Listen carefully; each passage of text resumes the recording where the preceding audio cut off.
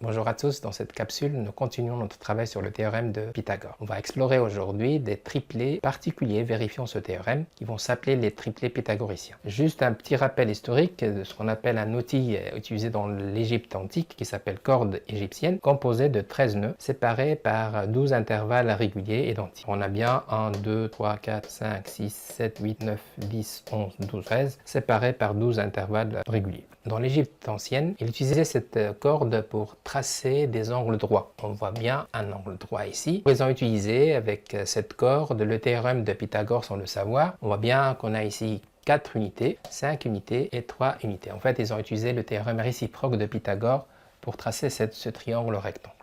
Est-ce qu'il est rectangle? Oui, si on applique le théorème de Pythagore, il suffit de vérifier l'égalité entre le carré de l'hypoténuse et la somme des carrés des deux côtés. 4 carrés plus 3 carrés. Un calcul simple donne ici 16 plus 9 comparé à 25. 25 égale 25. On a bien le théorème de Pythagore vérifié. Donc c'est bien un triangle rectangle. Voilà un outil ancien qui était utilisé pour tracer l'angle droit. Ce triplé 3, 4, 5, il va avoir un statut particulier en mathématiques, ça s'appelle le triplé pythagoricien. On a bien compris pourquoi on l'appelle pythagoricien, parce que justement, il vérifie cette condition qui est 3 au carré plus 4 au carré égale 5 au carré. Est-ce que tous les triplés sont pythagoriciens? Non. Par exemple, si je prends 1, 4, 5, c'est clair que ce n'est pas un triplé pythagoricien, car 1 au carré plus 4 au carré égale 17, tellement différent de 5 au carré qui est 25. Un autre exemple, le triplé 6, 8 et 10. Est-ce que c'est un triplé pythagoricien? Oui, car 6 au carré plus 8 au carré, ça fait 36 plus 64, ça fait 100. Et bien sûr, le 10 au carré, le troisième nombre qui complète le triplé, en l'élevant au carré, ça donne 100. 100 égale 100, donc on a encore un triplé pythagoricien. Si on a un triplé qui vérifie cette condition, on peut dire que c'est un triplé pythagoricien. Si en plus les trois nombres A, B, C sont mutuellement premiers entre eux, on va parler de triplé pythagoricien primitif. Le triplé 7, 24, 25. Ça, c'est un triplé pythagoricien et en plus, il est primitif. Il suffit de le vérifier. On voit bien que 24, 7 et 7 sont premiers entre eux, le 24 et 25 sont premiers entre eux, et le 7 et 25 sont premiers entre eux. Et bien sûr, le carré de 7 plus le carré de 24, c'est tout simplement le carré de 25. Je vous laisse vérifier, il suffit de prendre une calculatrice et de faire un calcul de base. Voilà pour les triplés pythagoriciens. On passera maintenant à l'aspect informatique qui nous permet de programmer ces triplés pythagoriciens. On aura besoin d'autres propriétés, ou des propriétés supplémentaires, faciles à programmer pour qu'on puisse quand même générer ces triplés-là. Voilà la propriété. Donc A peut s'écrire sous forme de m carré moins n carré, le B sous forme de 2mn et le C sous forme de m carré plus n carré. Mn sont des entiers non nuls et m dépassant le n. Voilà. Est-ce qu'on peut vérifier qu'il s'agit bien de triplés pythagoriciens? Oui, avec un peu d'algèbre, avec les produits remarquables. Donc il suffit de démontrer que a carré plus b carré égale c carré. Avec la notation qu'on vient de voir, m carré moins n carré, tout ça au carré, plus 2mn au carré, est-ce que tout ça égale m carré plus n carré le tout carré? Alors on reconnaît bien un produit remarquable, il suffit de le développer. Ça fait m puissance 4 moins 2m carré n carré plus n puissance 4 plus 4m carré n carré. On développe. 4m carré n carré moins 2m carré n carré, ça fait m4 plus 2m carré n carré plus n4. Et on reconnaît le produit remarquable qui est tout simplement m carré plus n carré le tout carré. Voilà, l'égalité est démontrée.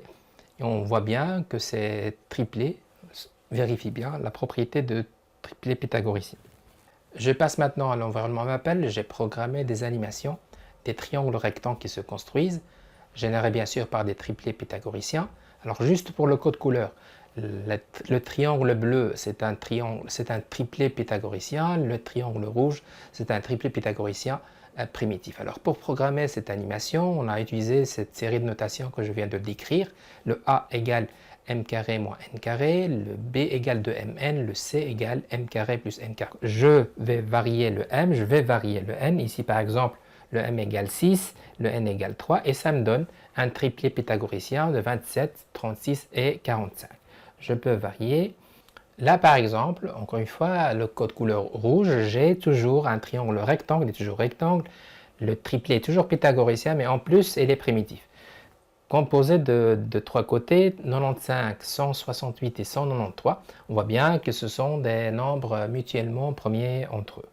Voilà une technique informatique qui permet de générer, de programmer des choses, mais en utilisant bien sûr la notation, disons, équivalente de triplet pythagoricien avec M et N. Toujours dans l'environnement Mappel, je programme maintenant tout un module d'évaluation. Quiz, c'est-à-dire des questions aléatoires, avec un feedback, avec des questions qui se répètent, avec la possibilité de vérifier les réponses, etc. Voilà le code. Encore une fois, j'utilise un code toujours le même, avec la notation équivalente de A et de B et de C, le code. Et là, ça génère tout de suite une feuille Mappel en ligne, donc accessible à l'apprenant. Hein, donc l'étudiant peut la voir sans avoir le logiciel Mappel. Donc je suis là en train de tester justement la possibilité pour un élève de compléter un triplet pythagoricien, c'est-à-dire sa capacité de mettre le théorème de Pythagore en place. Je demande à compléter le triplet pythagoricien 3, 4. Je peux changer ma question. Voilà, vous voyez bien qu'il y a quand même ce paramètre aléatoire qui permet de générer des questions facilement. Possibilité de mettre une réponse.